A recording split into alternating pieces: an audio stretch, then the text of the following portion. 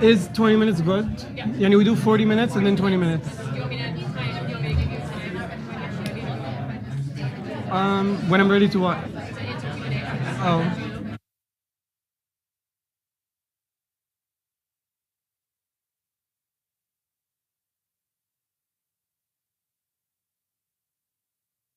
Activist. Say organizer. It makes me sound more active. Exactly. Poet, writer, journalist, organizer. Amazing. Yeah. Can I see it? Actually, I'm scared now. No, it's okay. Oh yeah, this is great. Wow. Yeah. You got it from my website? You got it from my website? Is he also edited a little bit? Oh, nice. Ready? My king. Amazing. Thank you, guys. What? Your bio? They made a bio, yeah.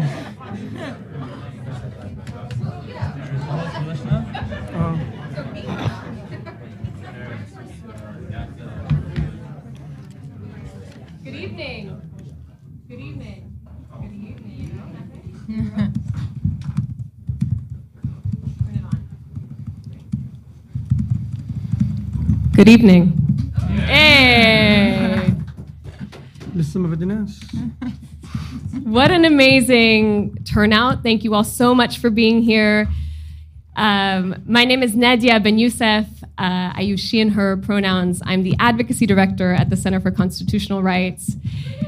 I am also a proud board member of Adalah Justice Project, and so thrilled that these organizations are here together and that you all have an opportunity to meet some of the most extraordinary organizers in Palestine, in the world, who are leading righteous struggle. You're going to learn so much. It's going to be an amazing evening. But first, just a word about the People's Forum. How many of you have not been to the People's Forum before? A few. Welcome to this super special space. Thank you for hosting us.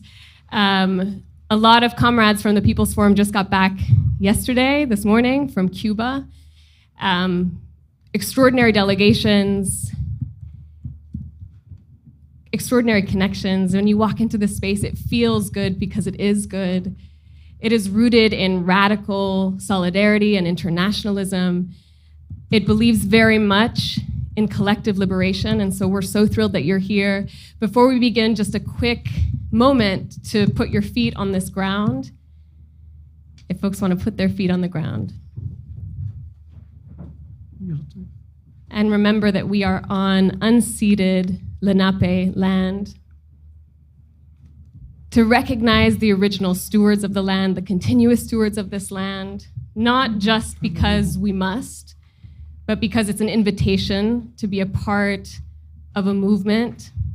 A couple of weeks ago, we had an event here with an indigenous filmmaker who said, enough with decolonize, we need to re-indigenize.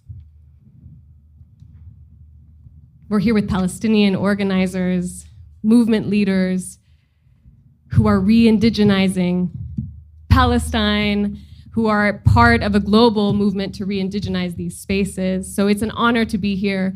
The title of our session, which is going to be an hour long, we have folks online. There's about 500 people who are joining you virtually, which is really exciting. It's a big conversation, and you are kind of at the very beginning of it. It's called Why is New York Funding Israeli Settlements? We are in New York. Many of you maybe are not in New York. But in the coming weeks, there's going to be an extraordinary opportunity for you all to not only really understand that question, but to actively answer it and resist it. So stay tuned. Adalah Justice Project will be sharing some information online, as well as a coalition of incredible organizers. If you know these organizers, raise your hand. Jewish Voice for Peace New York. See you in the room. U.S. Campaign for Palestinian Rights, the Palestinian Youth Movement, Adalah Justice Project, Center for Constitutional Rights. You are part of an incredible community. Stay tuned, follow the work, because literally next week, something big is about to happen, and you're going to be the first to really start thinking deeply about this question, about funding, about the connections of the Israeli settlements with the Israeli government, obviously funded and supported by the US, but also specifically, what does New York have to do with it? So I'm going to turn it over to Mohammed El-Kurd, who's going to introduce our co-panelists. You all are going to be in conversation, I think. Sure. He's moderating. He just learned this recently, but... so a conversation of these three, and then it'll be maybe 40 minutes of this, and we'll have 20 minutes for Q&A. So if you have questions as they come up, please write them down or put them in your mind, because we'll have an opportunity to learn. Mohammed maybe doesn't need an introduction. And I was reading, Mohammed, a quote by James Baldwin about poets, and that poets are the only ones who tell us the truth about ourselves. Not politicians, not soldiers, poets. And James Baldwin clarified to say, by poets, I mean all artists. Mohammed tells us the truth about ourselves. He is an internationally renowned poet, writer, journalist, and organizer from Jerusalem, occupied Palestine. And his work has been featured in numerous international outlets. Show of hands if you've seen Mohammed on MSNBC, for example, or going viral on TikTok and Twitter. And he's repeatedly appeared as a commentator on major TV news networks. He's best known for his role in defending his neighborhood, Sheikh Jarrah, from being ethnically cleansed by the Israeli state, something that he and his family have done for generations. Currently, he serves as the first ever Palestine correspondent at The Nation, and it is an honor to be in the struggle with you and to follow you and to learn from you. And with Fayrouz and Basel, you're in for a treat. So, Mohammed.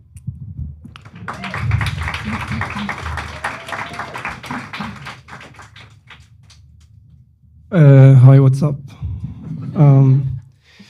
I learned today that I'm gonna be, can you hear me? Fine? So I'm gonna be a moderator, very working class. But today we're gonna talk about settler organizations. I'm gonna be mainly asking questions, but we're gonna hear from Fayrouz Sharqawi and Basel. Both of these people are incredible organizers on the ground. Fayrouz has been a mentor of mine for many years. She was the director of Grassroots Al-Quds, which is an organization that does mapping of settlement activities as well as Palestinian businesses, to put it very plainly. Basel is from Masafer Yatta in the South Hebron Hills, where multiple Bedouin communities face ethnic cleansing at the hands of settler organizations, ones that we're going to talk about today. And he's been a fierce advocate for his community. He's a journalist. You can find his writing on many outlets. I'm just coming up with these biographies. I didn't realize I was going to introduce people. I've never done this in my life. It's hard work. Okay. So we often hear about displacement and dispossession in Palestine as though it's this faraway thing. And today the idea is to bring home the realization that actually they operate in our backyards, right here in New York City. For example, Atarit Kohanim, one of the organizations that we're going to talk about today that has been fueling the ethnic cleansing of my community in Sheikh Jarrah, as well as communities in Silwan, has its offices right here on 8th Avenue. It's a 5-minute walk from here.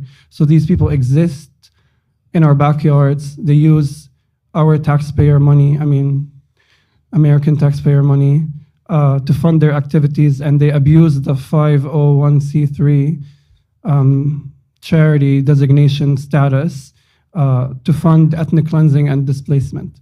Now, we all know, I think we all are on the same page. We understand the suffering in Palestine. We understand the occupation is bad, Al-Aqsa under attack, etc.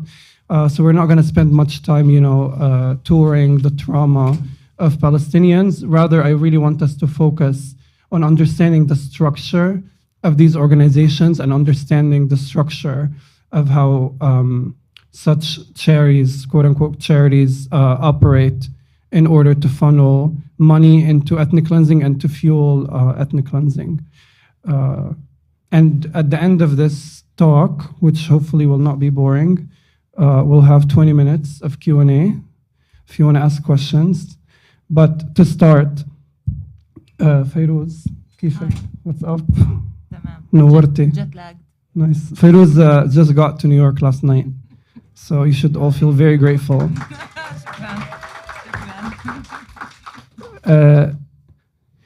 You know, what happens in neighborhoods like Sheikh Jarrah is that these ethnic cleansing campaigns are marketed, falsely marketed as real estate disputes, ones that you can legally challenge, ones that you can take to court and, you know, again, legally challenge.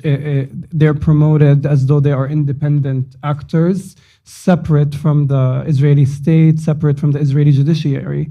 But we understand that that's not the case. I mean, to give you a very material example, in my neighborhood, we have an Israeli settler called Yonatan Youssef who marches around the neighborhood with a megaphone in his hand, he screams Islamophobic slurs. He says that he wants to take house after house. He wants to turn our neighborhood into a Jewish neighborhood. This same man is also a city councilman, and he's responsible for rejecting 94% of building permit applications submitted by Palestinians in Jerusalem. So are you able to tell me a little bit more about the partnership that exists between these settler organizations and the Israeli state? Sure. Hello, everyone. It's good to be here. So yes, that is correct. Usually the settler organizations, not only in Jerusalem, but I'm going to focus in the beginning on Jerusalem. These settler organizations, they can be seen, mistakenly taken as private actors who, as you mentioned, they take Palestinian families to courts over what is called or portrayed as a dispute over property. And this also counts on you as listeners or people who hear about this to assume that the Israeli court system is a place where human rights are respected and protected, where fairness and justice are expected to be received. So you trust that if I take this case to court and I do own the house or have the right to live in my house, then I will probably win. And this is all just a fantasy. So let's go back to basics. The Israeli settler colonialist project, and if we would draw a picture of the relationship between the regime and the system and these settler organizations, I invite you all to imagine a triangle with 3 heads.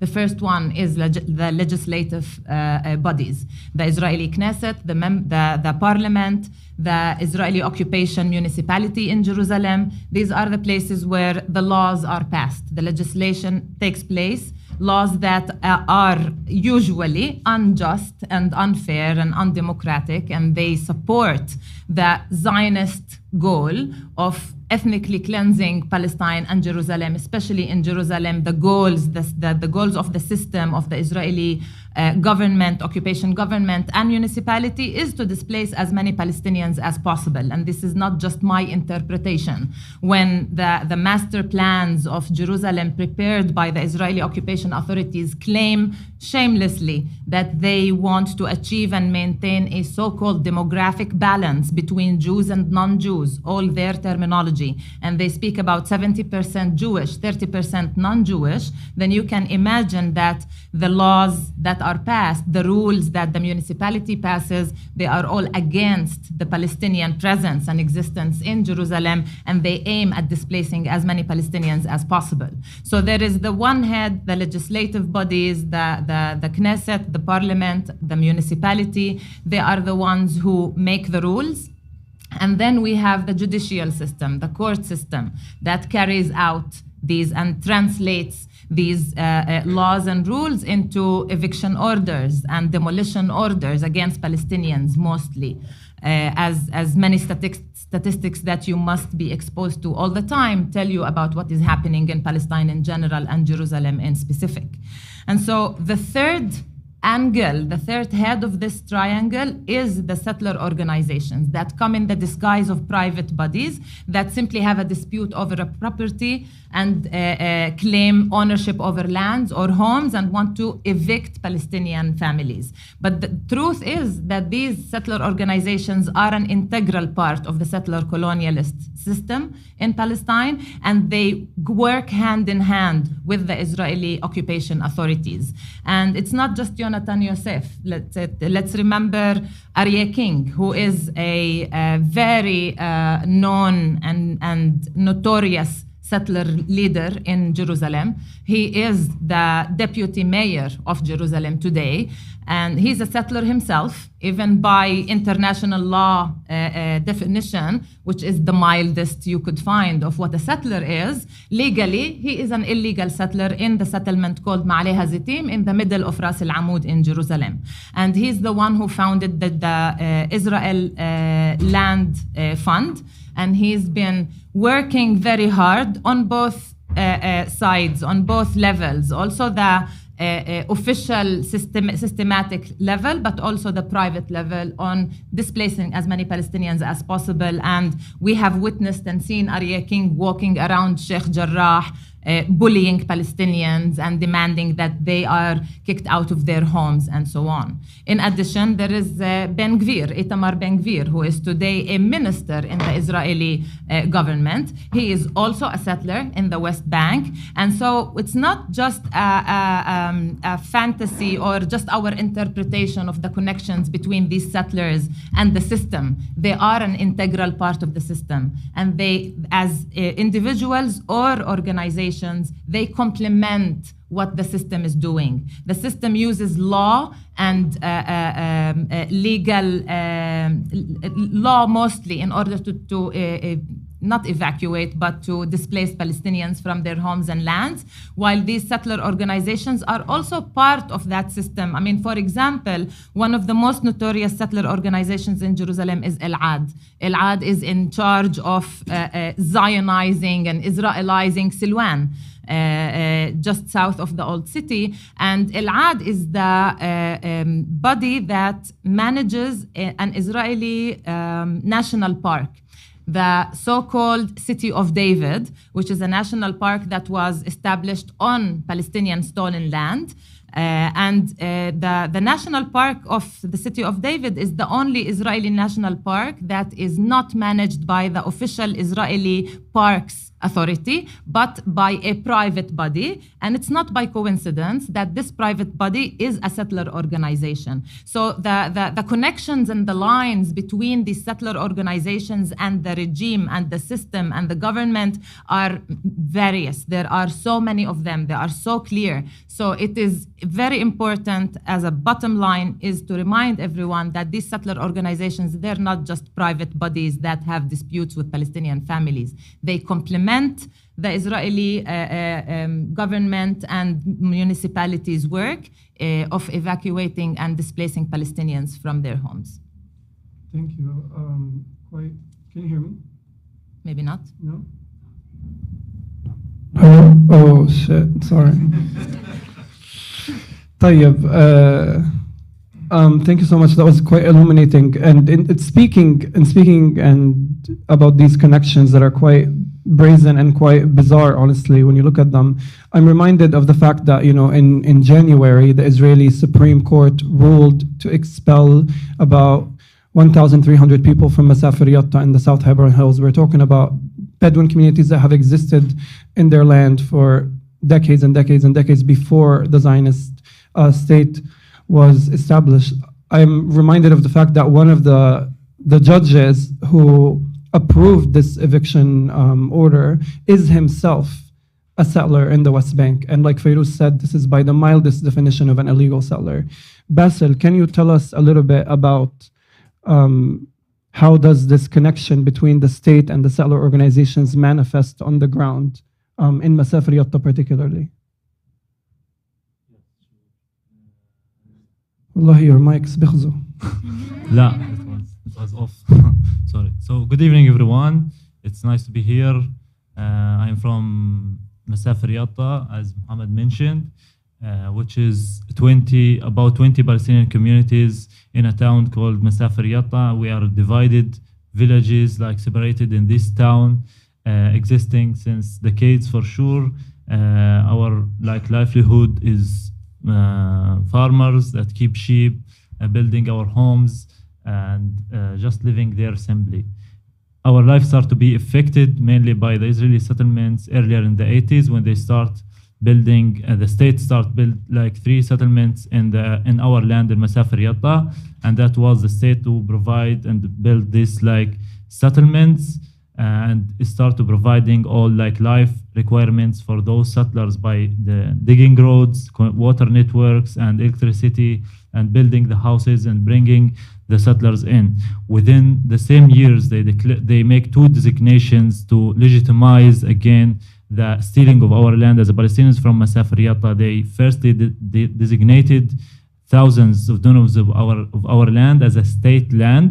So whatever us as Palestinians keep like evidence to prove that this is our land, they took it under their law as a state land, as become a state land, and give it exclusively, sorry, mainly and just to the settlers to build their settlements and expand their settlements in the future. And the other designation was to declare 14 communities out of the 20 as a firing zone area, in very like clear violating the international law and the international human rights law. And me myself see it as a steps that where Israel start to turn from temporary occupation, from temporary like army occupation to colonization by stealing the land and bring Jewish settlers living in it. So in the time they were like providing this for the settlers and giving them to the land to build, they start to put pressure on us as Palestinians to leave the land and to go out of it. So they were start building settlements, and in the meantime started demolishing our homes and tents and caves, putting like so much pressure and attacks on us as Palestinians in order to live away, to move like out from our land. In 2000, they brought in like, or late in the 90s, they brought like in the army vehicles and the trucks. They bought 700 Palestinians from Masafer Yatta inside these trucks and military vehicles with all their stuff and animal, the children, women, and evacuate them or forcibly displace them out of their homes. So like it was really a traumatic event or action to be done by the state. There was some footage taken at the moment by human rights like researchers, and also very few journalists who arrived there and filmed that event and that action. For 6 months, like most of the families set up tents in like the landscape out of what's so-called firing zone. A lot of them managed to go back and like to stay in the cave, and the army would come at night, would take them again and take their stuff, arrest them, beating up the men and arrest them. And they were fighting to go back. 6 months later, there was a temporary court decision to let the people, the Palestinians, go back to their homes until the final decision will come out. And the final decision was last May, and was like written by a settler who live in a settlement against the international law. The decision was like to very clear, giving the Israeli military the green light, to evacuate again all the residents of Masafer Yatta. It is a final decision. I just want to mention that there we are as Palestinians living under military rules, rules of a foreign army. This court, we don't choose it. We don't vote for the rules that oppose on our life. In all this 22 years of legal battle, a lot of things happened, a lot of attacks happened against us from the settlers' right-wing organizations. I just want to mention briefly the organization Regavim, that was founded and established by an Israeli politician, and he's also a settler in the West Bank named Smotrich. He established this organization mainly to put pressure on the state, like legally in their law, to like commit more demolitions against Palestinian schools, homes, water, electricity, roads, mainly in what's so-called Area C, which is 60% of the West Bank, and also in East Jerusalem and Negev, and also in the occupied 48. So one of the things they done, for example, in 2019, this organization issued a case against the state of Israel or against the army to destroy a water pipe that exists in Masafer Yatta communities.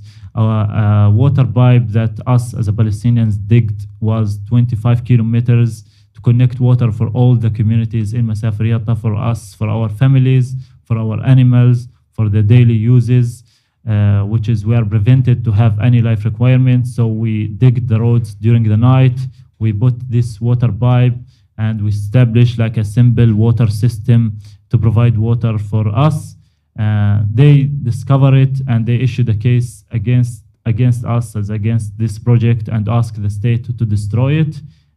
It took them, I don't know, 1 month or less when the army, like the Israeli army, brought in 2 bulldozers at 9, like in the morning, until 3 a.m. the whole day, digging the old roads, taking out this pipe and cutting it with the machines and the bulldozer, wasting all the water. The other solution we also use in Masafer Yatta for water, for example, we dig water wells to collect the water rain and then use it like in the summer. So this also is prevented, and it is illegally became under the Israeli military law. So they come with bulldozers, for example, destroy the roofs and fill these water wells with like soil and stones, whatever, like they destroy it to be not able to have water. Today, I want just to finish that we have this decision about Masafer Yatta last year.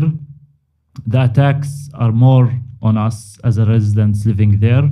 We're living under like the power of the army and the settlers from the other side. All the time, our villages are squeezed by the demolitions that they are committing against us. Almost every week, there is a demolition process taking place in Masafer Yatta. From 2006 until today, over than 220 structures have been demolished by the Israeli army within the pressure, within the support, or whatever you want to call, of the settlers. And I'm only see on our land that the settlements and outposts and settlers' farms are expanded every day on our land, and our homes and structures being demolished every week. And there is serious threat to evacuate 1,300 residents of Masafer Yatta again at any moment. And now it's more seriously with this recent government.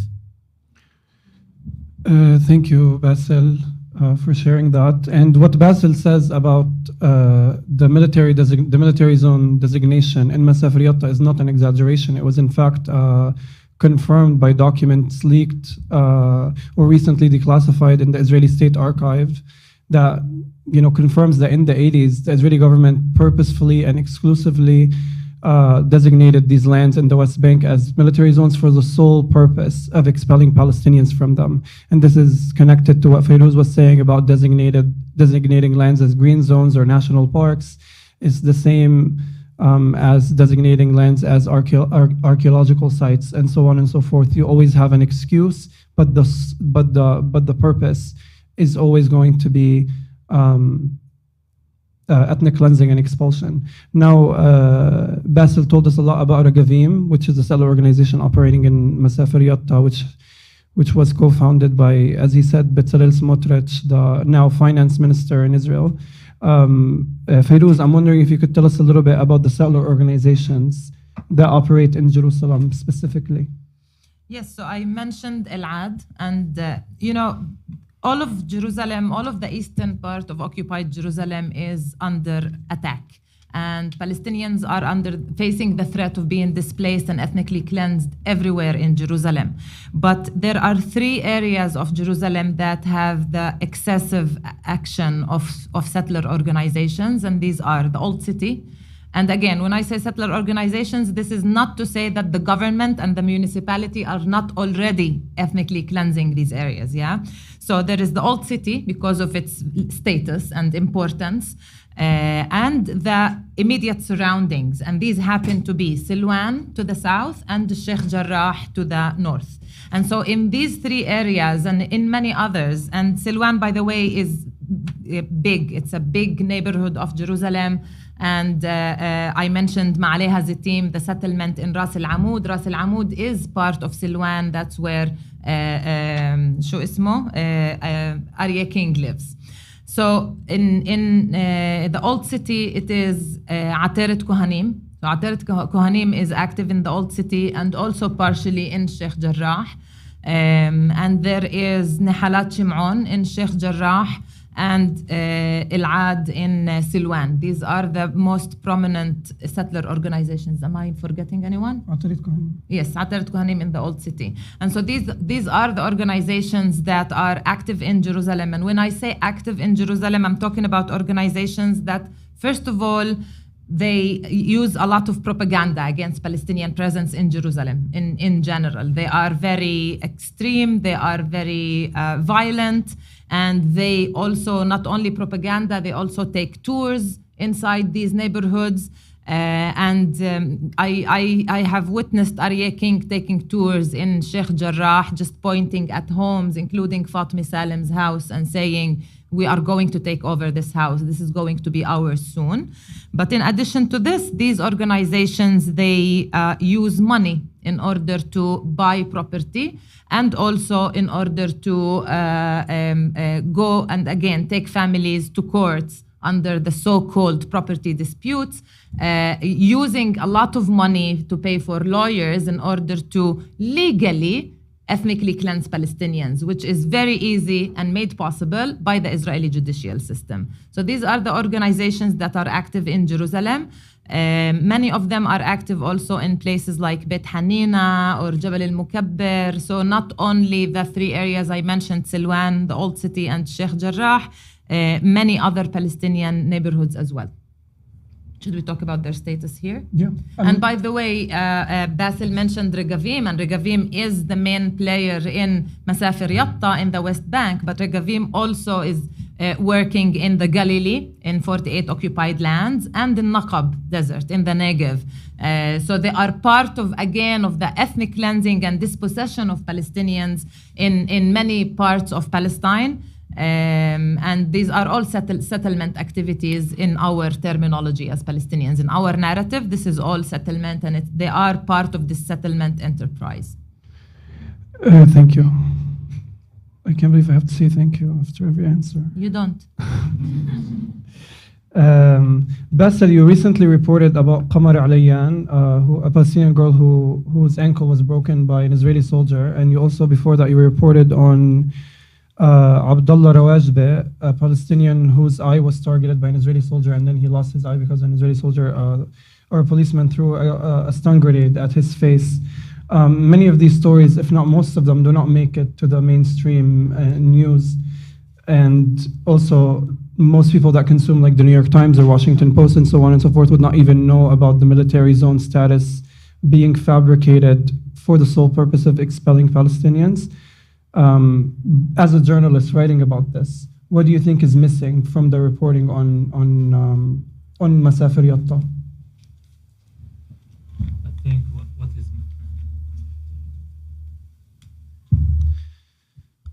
what is missing is a lot. People like usually come to write, or journalists or mainstream media just only come to write when something big happened, a massacre or something like really big need to happen in order they come and cover what's going on. And to be honest, this is what make me a journalist, what make me to be activist, is because I'm really mad like at what's going on.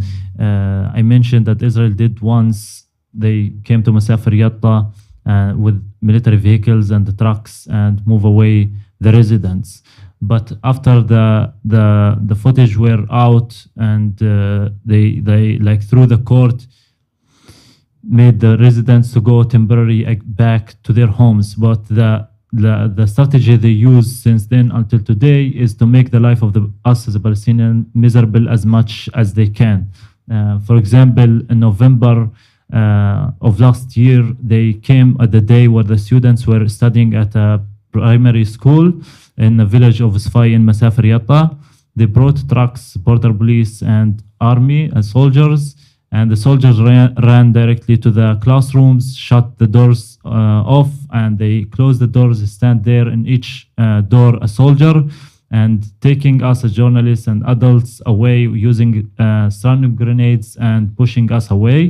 In the moment they just throw one stun grenades at us, the students inside the classrooms start to open the windows and jump down from the windows and running away to their houses. They used a settler who illegally, not just under the international law, but also under the Israeli law, illegally living in an illegal outpost. They brought him and his bulldozer that he's using it to dig and to expand his outpost. They brought him from the outpost to the school to destroy it. And that's what happened there. There is, for example, 2 communities today since July 2022. They put a sewage in these communities, and they established metal gates in front of these communities. And army checkpoint existing there 24 hours for all the time is really making the people life entering to their community and going out very hard. They wait there 7 hours, 8 hours under the pretext that the soldiers need to search them. And the people there were obliged to write in Hebrew in their IDs that they are living in the village of Jinba and the village of Merkiz, in order to make the soldier at the checkpoint read where they are living and let them go in. Journalists' cars, lawyers' cars, activists' cars, the residents' cars, mobile clinics there have been confiscated under pretext that they are moving in a firing zone area, while settlers from the outposts, that also 3 outposts existing now in the firing zone, can go freely with their motorcycles and 4x4 cars to drive around, driving all day. Whenever they want, they can go to the Palestinian villages, in what's so-called firing zone. We see them from far away. They bring gifts, for example, to the soldiers at the checkpoint. They drive around and go back home. While the residents, if they need to bring a food for their animals, for example, they need to put down the truck before the checkpoint and then bring their donkeys, their tractors, and taking it inside the community. The attacks since the decision really increased so much, and until today, I don't see any of these media or newspapers come to cover of what's happening since the decision until today. Israel is really putting more attacks and pressure through the settlers, through the soldiers, using more techniques. They used, for example, 3 tanks and 3 bulldozers, dozens of soldiers to do military exercises for 2 months. They were putting the targets for the soldiers on the road, and the soldiers shot at it, at these targets during the day. Palestinians have prevented to move anywhere. Students are prevented to go to their schools. Teachers, cars were confiscated and prevented to go to their school under the pretext there is and military exercises happening there. One of the bullets from a tank hit a house roof in one of the communities in Masafer Yatta, and the first time they said there is nothing from the army could happen like this. The day after, there was a visit from the EU representative to Masafer Yatta. We cut the roof in front of them, as the roofs there are metal, and we showed them the bullet, and the bullet of a tank were shot and to stuck in this roof. So after we filmed it, we took photo. The journalists, mostly Israeli journalists, sent it to the army, and they said it may happen from the army training. Who else can have a tank there to shoot? It was really very even stupid lie. It's very clear a bullet of tank, and they say first it's not us, and then maybe it was because of our training. But again, you can imagine what the families feel there after these things happening around them for 2 months, and it could happen at any time they want, because now they have a green light again, as Fayrouz and Mohammed mentioned, from their court, from their judge, which is a settler who just there to legitimize what is the army doing. So I wish journalists come and write more, and this is again what make me to become a journalist and activist, to really cover the daily stories that happening in Masafer Yatta. The demolitions of houses, it's the most like heartbreaking, to be honest, for me. I watch it so much, so many times. Students running from their school to their house, standing by next their mothers and sisters and fathers, watching a bulldozer smashing their home, not one time, but the same children for 5 times they watched the Israeli army demolishing their home down. Sorry to tell you, but for these journalists, these demolitions became a routine. It's something usually it's happening, and khalas, yani, if it's every week, every month, there is like a demolitions happening. But this is the ethnic cleansing that's happening against us, because you do this to a family 5 times who would be able to build his home for the 6th time, for the 7th time. Their life became to build a home, not to work, not to have simple life.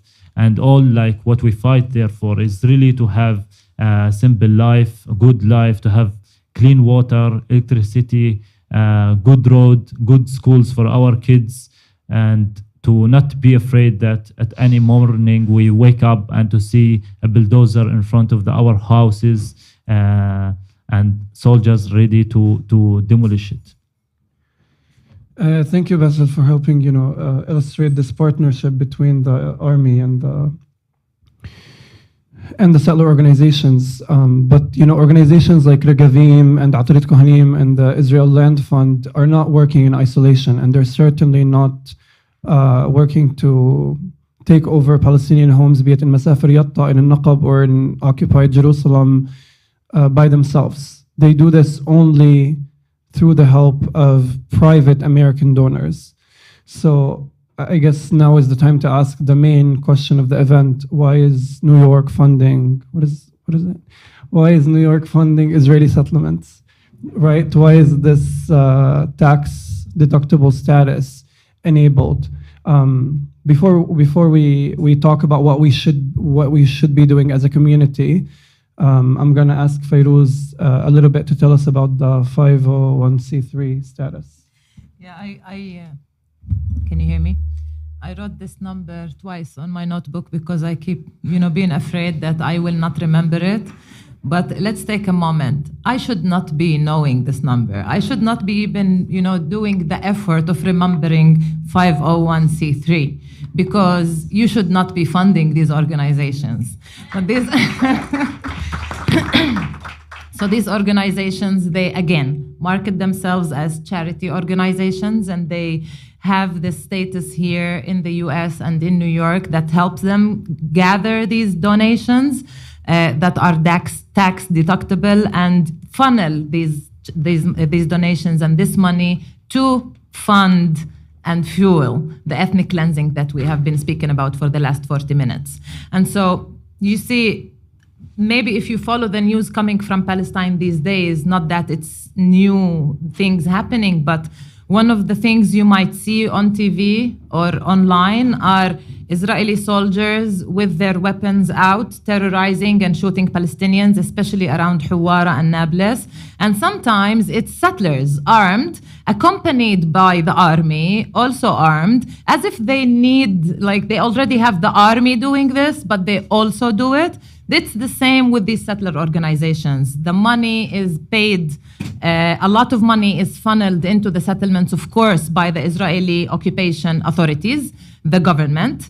And in addition, and even Regavim, by the way, that we were talking about being active in Masafer Yatta, receives money from local councils in the West Bank. It's not just private donations. So again, over and over again, the cooperation and the working hand in hand between private and official donors. And so they market themselves as Jewish charity organizations here. And, I would say that the role model is the JNF, yeah? Let's not forget the big demon. The JNF collects money from people around the world. And you know, many of the so-called national parks that are planted on the remains of Palestinian demolished villages, on lands that are stolen from the Palestinians, where green barriers are created to prevent Palestinian natural growth. These trees are planted by the JNF. And I am sure I've never seen like really the motto, but probably the motto is plant a tree in the Holy Land. And people, yeah, what's wrong with planting trees? I'd love to plant a tree in the Holy Land. But then people might or might not know that the tree that is planted is uprooting people in Jerusalem and elsewhere in Palestine. And so this charity money that is given to these organizations in the US, of course encouraged by the fact that you receive your tax back, is used in order to demolish homes in Masafer Yatta and Jerusalem, to displace families, ethnically cleanse Palestinian areas everywhere in Palestine. And I think that it is important that, first of all, it's known and it's general knowledge what these organizations are involved in. And the fact that it's charity is very misleading, and people should know that this charity is illegitimate. And if we jump on to the question, what we can do, because we're running out of time, what we can do about this, I think that it's very important that people are aware of what these organizations are doing. The fact that what they are doing is illegitimate means that they should be illegal here. And we should not be, putting more effort in coming here and telling you this. And if I would finish with one last statement or sentence, every time we come here as Palestinians and we advocate for you to support the Palestinian cause, it feels that we always are asking for your charity. But let's make things clear. You're not doing us a favor. This is your responsibility. So your government sends $3.8 billion to Israel every year in unconditional funding, especially with arms and weapons, supporting the ethnic cleansing. But then again, in addition to this, many people are donating money to these settler organizations that are also contributing very much to the ethnic cleansing of Palestine. And this simply needs to stop. So you need to write your officials, you need to make some noise, and these organizations should not be receiving money. And then you go on to your administration and try to do something about that $3.8 billion every year. Amazing. I just want to take a few minutes to kind of step out of the solidarity, mindset that we all have, right? All of us think of ourselves. I'm sure most of you have the right sentiment about the Palestinian struggle. I'm sure most of you have the right, correct sentiment about the Palestinian struggle. I mean, I'm sure there's a CIA person maybe in the mix, but most of you have the right sentiment for the most part. But I think at this time, we need to understand that sentiment alone is not enough. We need to think of ourselves here in the United States, particularly in New York, where most of these organizations are headquartered. We need to think of ourselves as active participants in the struggle against them. You're able to pressure the Attorney General of New York to revoke this charity status from these organizations because he or she, I can't know that, I don't know who it is, he or she or they have that power to remove that status. You can call the IRS.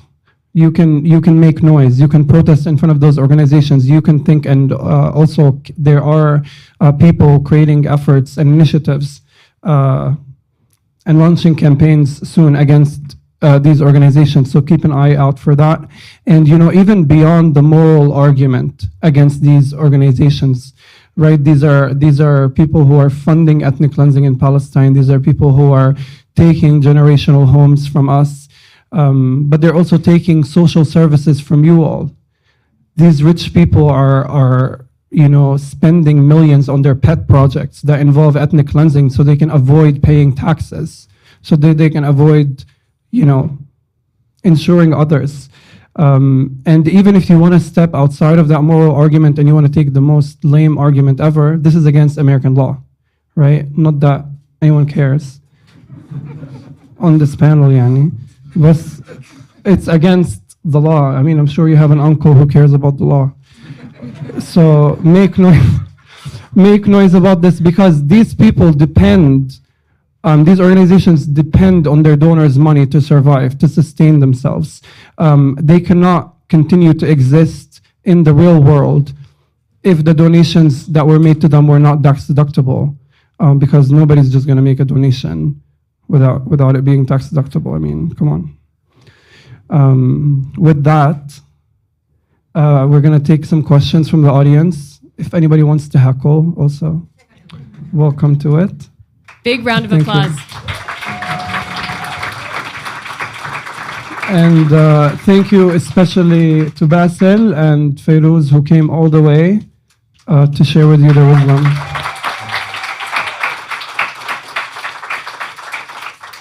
And Mabruk, Mohammed, on your first moderating experience. Excellent work.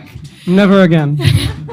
We're going to take 15 minutes of questions, but it's also a time for you to really think about what it is that you are willing to do. A lot of you are organizers, comrades. A lot of you have been in the struggle for a really long time. And we've tried pieces of this. I was talking to a comrade earlier about these are your tax dollars, 3.8 billion. It's hard. Americans aren't that concerned. They're funding militarism around the world, in this country, colonization all around the world. The American empire has its tentacles everywhere, and we're fine. There's something specific about what is about to happen in New York that's going to change the game. It's going to change the game, and you can be a part of it. So think about that. But your questions, clarifying, things that you want to know a little bit more as you're going to dive into this campaign that's going to launch in a couple of weeks that you are going to be a part of. Can't say that much more, but I'm super excited. You're dying to Oh my God. But this is it. Like, look around. Like, this is super exciting. So questions, and then we'll send you off to talk about this panel to at least 10 other people to get them excited about what's about to happen and just plant seeds, because it's so fun to plant the seeds. So questions, clarification for our panelists. I have one here. Thanks so much for your presentation. It's super clear, and it's really great to hear how this has taken shape. I have a question about messaging, exactly for the reason that Nadia was mentioning, that like we've been talking about the billions for a long time, and it's hard to get people to focus on that. And also, Tish James, who is the Attorney General of New York, is a very religious, like a Christian religious woman, and also a Zionist. So, or at least a ardent supporter of Zionists. So I'm just thinking about messaging. And one thing that has sort of constantly come up as we've been seeing the violence and watching you on TV is how, exactly what you were saying, that like this informal violence, it's informal, it sort of pretends to be separate from the state, but obviously it's doing the work of the state, and then the state comes in right behind it, and it couldn't happen if it weren't supported. And that's not like unfamiliar, especially right now as people in the US are talking more about race history, and people are returning to the history of Reconstruction and the way that the Ku Klux Klan sort of implemented informal violence in the same way that allowed for the US state to like reassert racial order. So not to like dig into the history too much, but I just wonder if there's room, since that history has kind of been like circulating, if there's room to make those kind of parallels, or if you'd rather not make parallels between US history and what's happening in Palestine. We're going to take just a couple, if there's more questions, and then we'll answer at the end. Yeah, sound good? So we have here. First of all, thank you so much for the excellent presentation. My question is very simple. Where are the settlers from? I read someplace that many are from New York and New York City specifically. Is that true? The one in my house is from Long Island. Huh? I can't hear you. Is that Avram? The one that your sister was talking to? No, Yaakov, yeah. Yaakov. Yeah. Was it Yaakov? Oh, Yeah. I thought it was Avram. I'm sorry. Same difference. We'll take one more, and then you'll answer. Okay. You asked us to reach out to our local elected officials. Fayrouz said to reach out to our local elected officials and speak with them.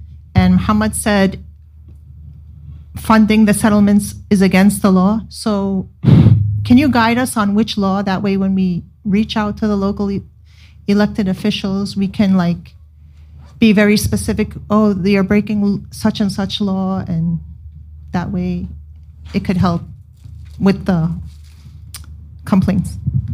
Perfect. We have some organizers ready.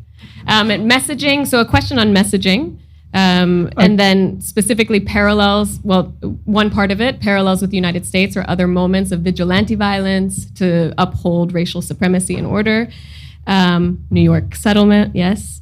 And the law. We have some lawyers in the room and also on Zoom, on YouTube to answer. Wait, what was the first one? The messaging. Messaging, yes. I absolutely am a big fan of drawing that word. It's hard to pronounce.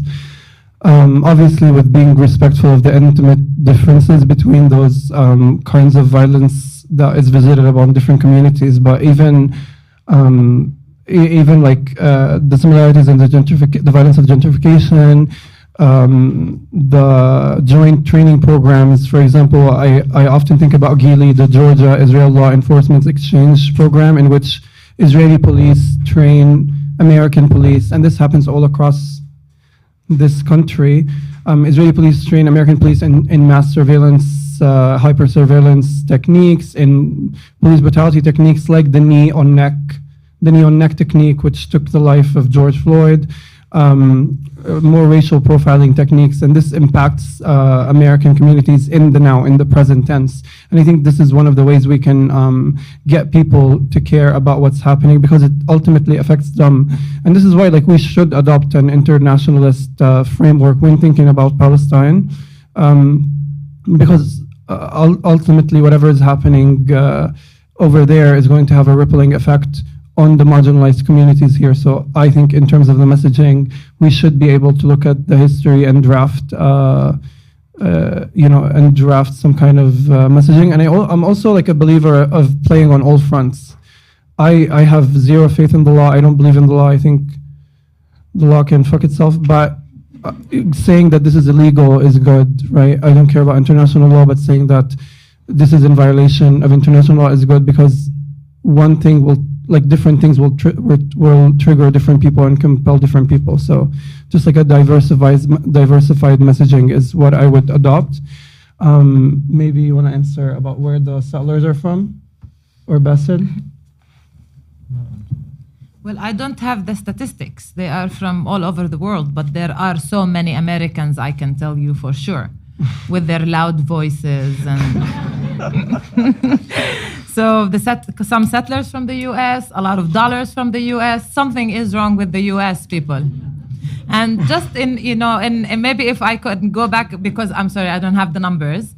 But many supporters, for example, many of the settlements in Jerusalem were funded by Ervin Moskowitz, who was an Jewish American billionaire who was granted the title the godfather of settlement because he has funded so many settlements in Jerusalem. So yes, a lot of them come from the US and a lot of them come from New York.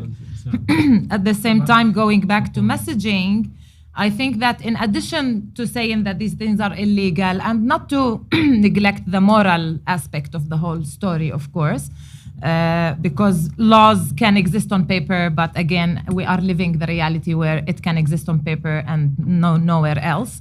But at the same time, I think that it's very important for the people in the US to realize that the support that Israel is receiving in the US is also a mirror of what is happening inside the United States, what's happening to people of color, what's happening to indigenous people. And the more the situation here continues to be oppressive and discriminatory and to violate the rights of indigenous people and people of color and immigrants and refugees, then of course the policy on Palestine will be a mirror of that. And the public support will be a mirror of that. So if the messaging on Palestine does not work, people should do it for egoistic reasons, yeah? Do it because this is taking away your schools, Do it because it's taken away infrastructure for you, for your kids, for your future generations, and continue with the struggle here for people's rights inside the US, and that will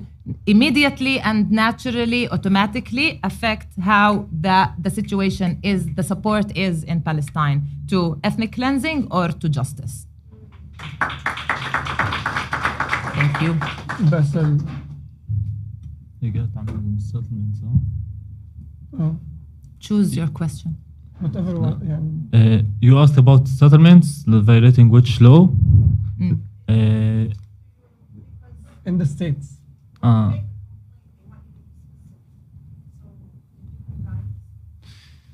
Generally, I think all the countries around the world agreed that Israel presence after the border of 67, it's illegal, include the United States. So it is violating mainly the international law, the UN designations, and the human rights law, because Israel building settlements in East Jerusalem and the West Bank, it is illegally and is very clear violating the international law. So also the presence and the work of these organizations in these areas is should be violating the laws. And if I'm not mistaken, I think maybe there's a lawyer that can say something here. Do we have a lawyer on board? If I'm not mistaken, even they violate the laws or the guidelines or the requirements necessary for a 50C3 status because they're not charities. They're not charities. They're displacing people. They're dispossessing people. They operate as though they're charities, but they're doing the exact opposite of this. But this status gives them leverage, gives them a disguise. So they're never questioned. Nobody's looking. They're not getting calls from the IRS. They're not getting calls from government officials asking them about the kind of work that they are doing. And like Nadia said earlier, let's keep an eye on the campaign that's launching soon. And I'm sure there's going to be a call to action, if not multiple call to actions that people could utilize. For 2 more questions. There's one here and one here. Hi, thank you so much for your presentation. I'm just wondering when you launch this, whether you'll have actual numbers of the amount of money that these groups get from New York, if there's any way to break it down. I think that'll really make a difference. And then as part of the campaign, we could show how much money that we could put into other things in New York City. That's great. 1 second. That's great. Folks are taking notes of all these questions because you have the campaign organizers in the room. So thank you for those. My question is actually in follow-up to what you mentioned, Mohammed, about the 501. So I believe, I work for the city, but city employees have a way to give charity. But of course, I prefer UNRWA and, sorry, not UNRWA is not in it, ANERA and UMR. So, and those are, I think, also 501c. So is it going to the wrong place? I don't know. Maybe not. I don't think so. There's folks giving shrugs. So it's a good question. And I think part of what you're offering too is just individual responsibility. Take a look. Take a look at where your money is going. And if you have questions, ask your employer. If the city it's unclear, you're like, where? I'm donating 501c3, part of my paycheck to something. Take a look and interrogate it, because I think it's a great question. I want to give us just one opportunity for you all to just give closing remarks, if possible, and then we'll be around so we can chat, and there'll be organizers around to chat about the very exciting campaign. My amazing friend Hannah just sent me this. She said Article 49 of the Fourth Geneva Convention is one thing you could cite. Thank you, Hannah. I don't know if the campaign will include numbers, but I have a number to share with you from The Intercept. The Intercept reported The Intercept reported that between 2009 and 2013, U.S. charities funneled over $220 million to Israeli settler organizations. $220 million. And yeah, I don't know, there's plenty of Palestinian 50C1 blah, blah, blah that you can donate to. Chat with us afterwards. I want to give my my co-panelists an opportunity to close, but I just want to say thank you so much for coming today. And please, again, just remind yourself of the idea that this is not something you look at with only solidarity and only like a good feeling in your heart and well wishes. Rather, this is something that you can be actively involved in and you can play a role in. This is an opportunity for all of us to be on the right side of history, and I know how good that makes us feel. I'm done. Make some noise. Be angry. Go to the streets and let's stop this. That's it. Also the same thing, but beside the laws and beside your money, which is really important to think of what we told you that this organization really working hard and also at the same time easily to get the money and on the ground like to evacuate us and build more settlements. This is happening every day and even in the moment that we are talking about. So please take it serious, and as Fayrouz said, to go to the street and to stop this. And thank you. Thank you. Good job. Thank you so much again to our panelists. Thank you for everyone who joined on Zoom and YouTube. If you're looking for a 501c3 to just support because you're part of a revolutionary struggle together, think about the folks who are organizing this campaign. So again, we shared Jewish Voice for Peace New York, the U.S. Campaign for Palestinian Rights, the Palestinian Youth Movement, Adalah Justice Project, and the Center for Constitutional Rights, and also the folks who are holding us.